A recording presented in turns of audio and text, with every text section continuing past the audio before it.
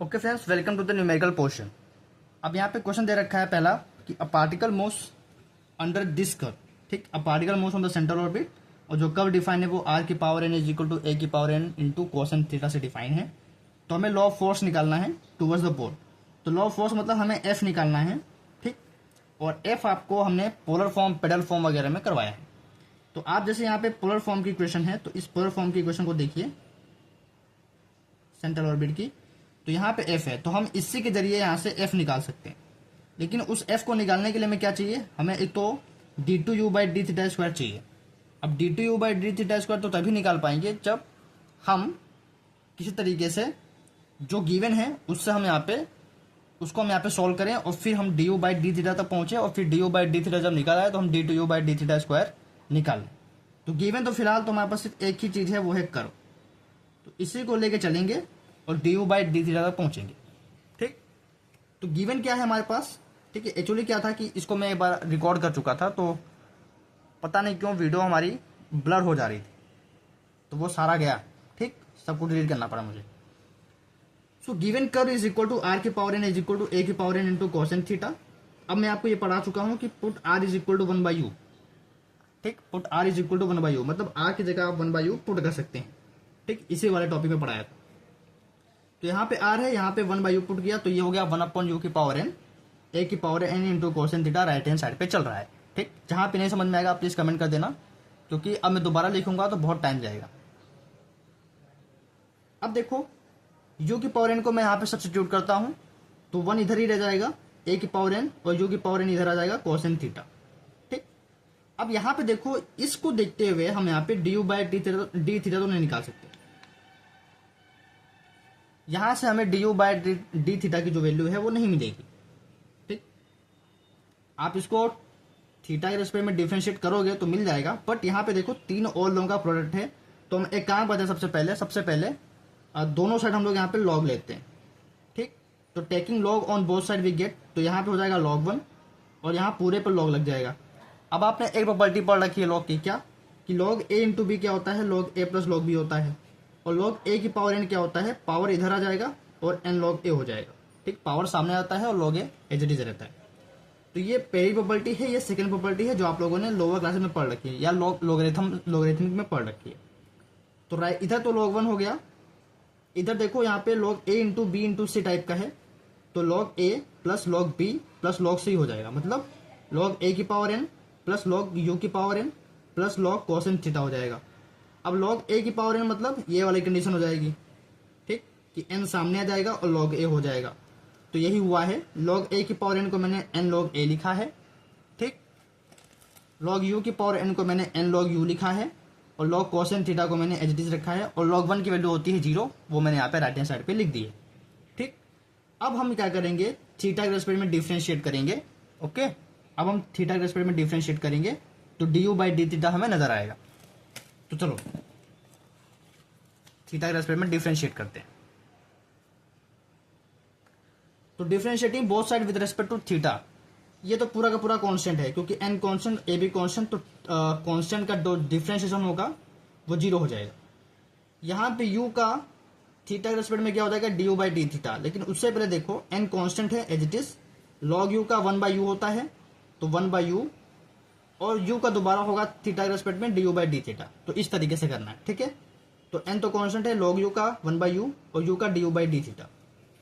ऐसे यहाँ पे भी करोगे, log कोसेन थीटा है तो 1 log x log a type का है, तो 1/a हो जाएगा, यानी 1 कोसेन थीटा हो जाएगा, और कोसेन थीटा का थीटा रेस्पेक्ट में क्या हो जाएगा, माइनस का साइन n थीटा, और n थीटा का दोबारा होगा विच इज n।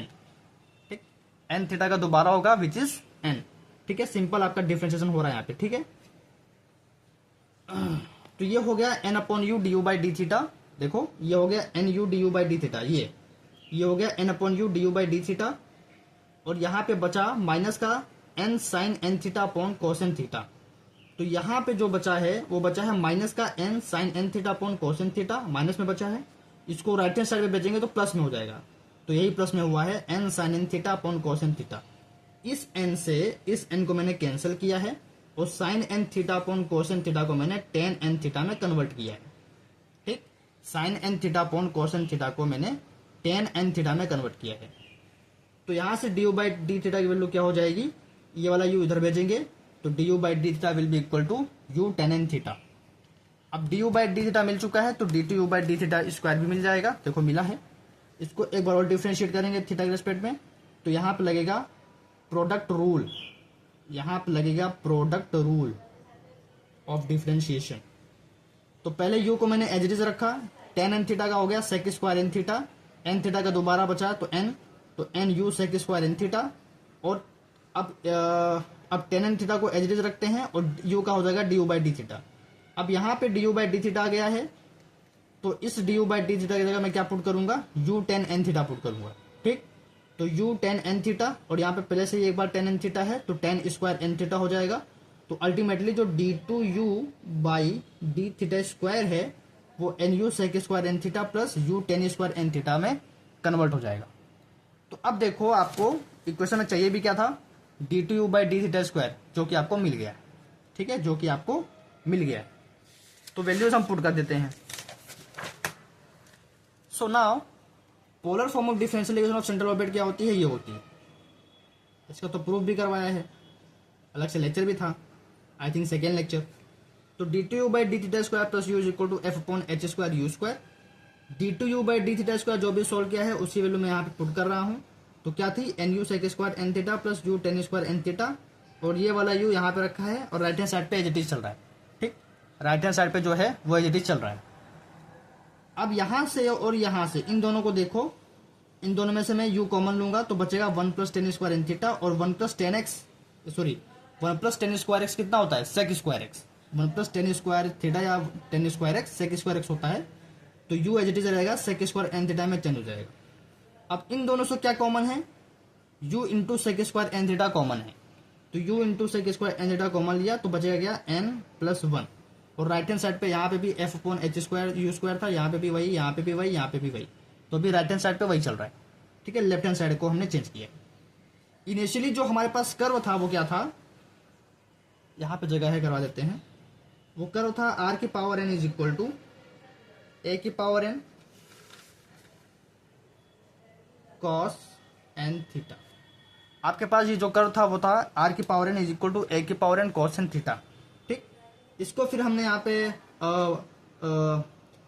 आर की जगह वन अपॉन यू पुट किया था, तो ये हो गया था वन अपॉन यू की पावर एन ए की power N cos N theta. और फिर यहाँ से वन इज इक्वल टू हो गया था ए की पावर एन यू की power N cos N theta, ठीक। तो इससे ठीक है, अब हमारे पास क्या है, हमारे पास आया है U sec square N theta N plus one, और राइट हैंड साइड पे भी वही चल रहा है, ठीक। तो ये जो हमारे पास था one is equal to A की पावर एन यू की power N cos N theta, यानी ये वाला, यहां से मैं सेकेंड थीटा निकाल सकता हूं, ठीक। यहां से मैं सेकेंड थीटा निकाल सकता हूं, कैसे, सेकेंड थीटा होता है वन बाई कोसेन थीटा। तो वन बाई ये जो कोसेन थीटा है इसके जगह मैं क्या यूज करूंगा, इसके जगह मैं यूज करूंगा वन बाई सेकेंड थीटा, ठीक। कॉस क्या होता है, कॉस थीटा होता है one by sec theta, reciprocal होता है सेक उसका कॉस का। तो कॉस एन थीटा की जगह मैं यूज करूंगा one by secant theta, okay. और यहां से मैं सेकेंड थीटा की वैल्यू निकाल लूंगा, इसको इधर भेजूंगा तो बचेगा second theta is equal to A की पावर एन यू की पावर एन, ठीक, ए की पावर एन यू की पावर एन। तो अब हमें सेकेंड थीटा क्या हो गया, मिल गया है। तो इस सेकेंड थीटा की जो वैल्यू है ए की पावर एन यू की पावर एन, इसको मैं यहाँ पे पुट करूंगा, ठीक। तो n plus one as it is रहेगा और ये वाला यू भी एज इट इज रहेगा। तो देखो एन प्लस वन और यू एज इट इज, ठीक। सेक एन थीटा की जगह क्या यूज करूंगा, ए की पावर एन यू की पावर एन, यहाँ पे स्क्वायर है तो स्क्वायर हो जाएगा। तो ए की पावर टू एन यू की पावर टू एन हो जाएगा, समझ में आ रहा है। ए की पावर टू एन और यू की पावर टू एन हो जाएगा। राइट हैंड साइड पर अभी भी चल रहा है, ठीक है, राइट हैंड साइड आपका एच डी चल रहा है। नाउ 1 मिनट देखो आप ध्यान से, क्या कि हमें निकालना है फोर्स, लॉ ऑफ फोर्स निकालना है। लॉ ऑफ फोर्स का मतलब है जो आपका सेंट्रल फोर्स एफ है उसको आपको आइडेंटिफाई करना है, उसको आपको निकालना है। तो मैं एफ को एक साइड रखता हूं, बाकी सबको एक साइड लेके जाता हूं। तो एफ को मैंने एक साइड रखा यहाँ पे, ठीक, एफ को मैंने एक साइड रखा यहाँ पे, और ये वाला जो एच स्क्वायर यू स्क्वायर है उसको यहाँ पे शिफ्ट किया। देखो यहाँ पे यू की पावर टू एन है, यहाँ पे यू की पावर वन है, तो बेस सेम है, पावर एड हो जाएंगी तो टू एम प्लस वन हो जाएगा। तो टू एम प्लस वन हो गया, दिख रहा है। और ये वाला n+1 यहाँ पे एच रखा हुआ है, ये वाला a⁴n यहाँ पे एच रखा हुआ है। अब था देखो यहाँ पे h² आएगा, तो h² को यहाँ भेजोगे तो h², और u² देखो यहाँ पे भेजोगे तो u²। अगेन देखो यहाँ पे u है, यहाँ पे u है, तो पावर अगेन ऐड हो जाएंगी। तो अब क्या मिलेगा, तो मैंने यहाँ तक रिकॉर्ड भी कर लिया था पिछले वाले लेक्चर्स में, but due to videos blur हो गया था, पूरी की पूरी वीडियो, मतलब आधी वीडियो, पूरी वीडियो नहीं, पूरी वीडियो आधी वीडियो ब्लर हो गई थी, तो वो वीडियो मुझे डिलीट करनी पड़ी, इसीलिए मैंने यहाँ तक लिख लिया था। तो मैं सोचा कि आपको बताता चलूँ, और जिसको बीच में समझ में नहीं आया कि कैसे क्या स्टेप हुआ है, हालांकि मैंने स्टेप बाय स्टेप लिखा है, तो जिसको समझ में नहीं आया प्लीज़ कमेंट करेगा, ठीक है। तो चाहे वो ग्रुप में कमेंट करे, चाहे वो वीडियो के नीचे कमेंट करे, उसको तुरंत आंसर मिल जाएगा। तो अब इसको सॉल्व करेंगे, तो f = n+1 a⁴n, यहाँ पे u, यहाँ पे u, तो अगेन u की पावर क्या हो जाएगा, पावर ऐड हो जाएंगे, तो 2 1 3 हो जाएगा। अब देखो ध्यान से देखना, h² कांस्टेंट होता है, बताया था h कांस्टेंट होता है, लेक्चर नंबर 2।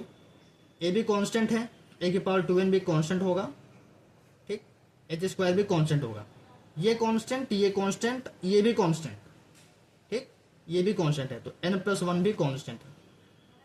इन सब की जगह मैं एक कांस्टेंट यहाँ पे नाम दे देता हूँ, ठीक है। इतना कांस्टेंट लिखने से क्या फायदा है, मैं एक कांस्टेंट यहाँ पे नाम दे देता हूँ लेमडा, तो मैंने नाम दे दिया लेमडा, ठीक।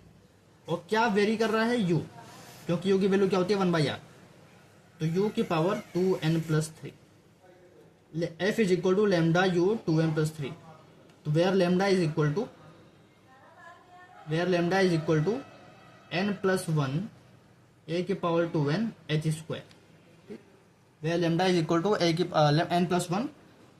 a⁴2n और h²। एफ की वैल्यू आ गई है लैम्डा u 2n+3, ये है आपका सेंट्रल फोर्स, ठीक। तो रिलेशन क्या आया है, आर का रिलेशन ये आया है कि एफ इनवर्सली वेरी कर रहा है, या एफ डायरेक्टली प्रोपोर्शनल है u की पावर 2n+3 के, ठीक। लैम्डा कांस्टेंट है, तो अगर मैं इसको हटाऊंगा तो यहाँ पे क्या लगेगा, प्रोपोर्शनलिटी, प्रोपोर्शनल का साइन लगेगा, ठीक। और जब अगर मैं इसको हटाऊंगा तो एक कांस्टेंट आएगा, और वो कांस्टेंट लैम्डा है, तो ये प्रोपोर्शनलिटी कांस्टेंट है। तो f यहाँ पे डायरेक्टली प्रोपोर्शन है u की पावर 2n+3 के, और अगर मैं u की जगह r की वैल्यू पुट करूँ, f = क्या हो जाएगा, तब क्या हो जाएगा, तब हो जाएगा f is inversely proportional to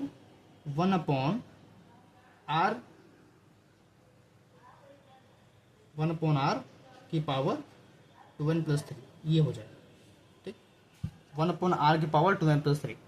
तो ये है आपका सेंट्रल फोर्स, यही हमें निकालना था। तो आपको पोलर फॉर्म, पेडल फॉर्म, किसी भी फॉर्म से आपको अल्टीमेटली ये निकालना है, ठीक।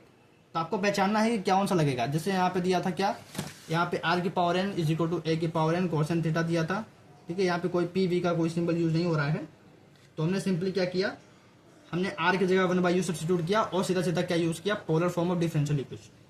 तो you have to check out the you have to analyze, आपको क्वेश्चन को एनालाइज करना पड़ेगा, कर्व को एनालाइज करना पड़ेगा कि कौन सा तरीका सही बैठेगा, पोलर फॉर्म यूज करना सही रहेगा या पेडल फॉर्म की इक्वेशन यूज करना सही रहेगा, ठीक। तो यहाँ पे polar form of differential equation use करना बहुत आसान था, काफ़ी आसानी से सवाल आ गया, काफ़ी आसानी से यहाँ पे आंसर आ गया है, तो मेरे लिए तो ये बेस्ट है। बाकी पेडल से भी कर सकते हैं, ठीक है। तो पेडल वाला हम एक अलग टाइप से क्वेश्चन लेके आएंगे और आपको समझेंगे। अब यहाँ पे एक क्वेश्चन और मैंने देखा है, और वो क्वेश्चन मैंने आपको करवा ही दिया है बेसिकली, ठीक है। अभी जो आज ही जो वीडियो अपलोड हुई है, ठीक है, जिसमें मैंने सेंट्रल फोर्स करवाया है, उसमें ये वाला क्वेश्चन ऑलरेडी डिस्कस है कि a particle moves on a central orbit, ठीक। तो आपको करना क्या है, जो वो लेक्चर है उसमें ही देखो, उसमें जो मैंने एफ निकाला है, सेंट्रल फोर्स निकाला है, वो वही है जो ये वाला क्वेश्चन है, सेम क्वेश्चन है। क्योंकि यहाँ पे कर्व दे रखा है, ये नहीं बोला है कि ये कर्व इलिप्स है, तो ये आपको पहचानना था, बस यही ट्विस्ट था इसमें, ठीक है। इस क्वेश्चन में बस यही ट्विस्ट था कि आपको ये कर्व पहचानना था। ये बोल रहे हैं कि आपको लॉ ऑफ फोर्स निकालना है, मतलब एफ निकालना है, find the law of force, F, ठीक। तो अब बताओ ये कौन सा कर्व है, ये कौन सा कर्व है, ये इलिप्टिकल ऑर्बिट है ये इलिप्स है, ठीक। इलिप्स की पोलर फॉर्म है l upon r is equal to 1 plus e cos theta, जो हम लोग पिछले 2 लेक्चर से करते आ रहे हैं। वेलोसिटी निकाला था इसका और सेंट्रल फोर्स भी निकाला था। तो लॉ ऑफ फोर्स का मतलब क्या है, सेंट्रल फोर्स, और ये तो मैं निकाल ही चुका हूं।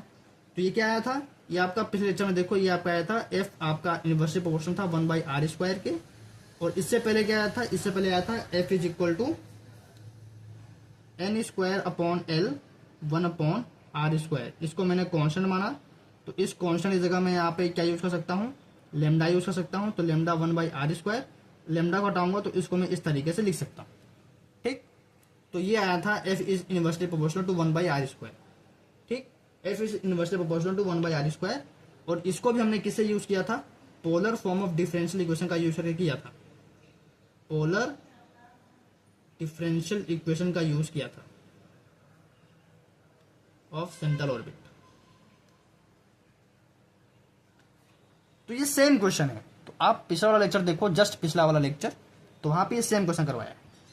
तो जो वो पूरा टॉपिक मैंने करवाया हेडिंग डलवा के, बस जहां से मैंने स्टार्ट करवाया है हेडिंग डलवाने के बाद आपको सेम टू सेम उतारना है, ठीक। आपको सेम टू सेम कॉपी करना है, आपको सेम टू सेम कॉपी करना है, कुछ भी चेंज नहीं करना है, ठीक। कुछ भी चेंज नहीं करना है, there is no change, so no change in this question, क्योंकि कर्व ही वही है, इलिप्स ही कर्व है, सेम कर्व है, तो क्या चेंज होगा, आंसर वही आएगा जो पिछले वाला लेक्चर था, तो सेम आंसर आएगा। तो जैसे वो करवाया था वैसे ही कर लेना, कोई दिक्कत यहाँ पे नहीं होगी। तो यहां से आपके 2 क्वेश्चन तैयार हो गए। अब अगला टॉपिक है एब्सेस और एप्साइडल डिस्टेंस। तो इसको मैं एक्सप्लेन कर दूंगा अगले लेक्चर में कि एक्चुअली ये होता क्या है, ठीक। तो यहाँ पे कॉलेज में पढ़ाया गया होगा कि व्हाट इज एप्साइडल डिस्टेंस। अगर आपको एप समझ में आ गया तो एप्साइडल डिस्टेंस कोई बहुत बड़ी बात नहीं है, तो लेकिन ये टॉपिक समझना बहुत जरूरी है, ठीक। अच्छा, एक क्वेश्चन और आपने पीवाईक्यू में देखा होगा, इसको तो हम बाद में डिस्कस करेंगे। पीवाईक्यू में आपने एक क्वेश्चन देखा होगा जो काफी बार रिपीट हुआ होगा, 1 2 बार 3 बार, कि पार्टिकल मूव कर रहा है अंडर सेंट्रल अट्रैक्टिव एक्सेलरेशन, और वो जो एक्सेलरेशन दे रखा है सेंट्रल फोर्स का, वो दे रखा है μ/r², ठीक। और उस पार्टिकल को हम इनिशियली कैपिटल V वेलोसिटी से प्रोजेक्ट करते हैं, ठीक। तो उसकी जो इनिशियल वेलोसिटी है वो कैपिटल V से हम उसको प्रोजेक्ट करते हैं, ठीक, कैपिटल V, ठीक। और डिस्टेंस भी आई थिंक r दे रखी होगी, ठीक है, पोल से। तो क्वेश्चन वो ये कहता है कि शो करना है आपको कि जो पाथ बनेगी, ठीक, इस फोर्स के जरिए, इस फोर्स के अंडर जो पाथ बनेगी वो एक रेक्टेंगुलर हाइपरबोला होगा, ठीक, वो एक रेक्टेंगुलर हाइपरबोला होगा। अगर कब, इफ द एंगल, अगर एंगल क्या होगा, इफ द एंगल इज, अगर एंगल यहाँ पे, यानी एंगल मतलब एंगल ऑफ प्रोजेक्शन, ठीक। यहाँ पे एंगल का मतलब क्या है, एंगल ऑफ प्रोजेक्शन।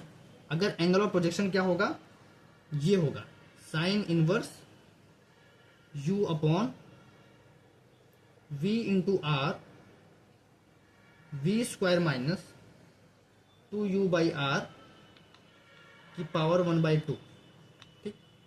ये आपको शो करना है। तो एक क्वेश्चन ऐसा है जो पीवाईक्यू में लगातार पूछा गया है, तो हम इस क्वेश्चन को भी आपको करवाएंगे, ठीक। तो ये काफी इंपॉर्टेंट क्वेश्चन, आप लोग अपना पीवाईक्यू मैच करिएगा, ये काफी इंपॉर्टेंट क्वेश्चन है। तो इसको हम लोग इस टॉपिक के बाद डिस्कस करेंगे, ठीक है। इस टॉपिक के बाद पहले इसको करवा देंगे, फिर इसको डिस्कस करेंगे, ठीक है। तो मिलते हैं नेक्स्ट लेक्चर, ओके।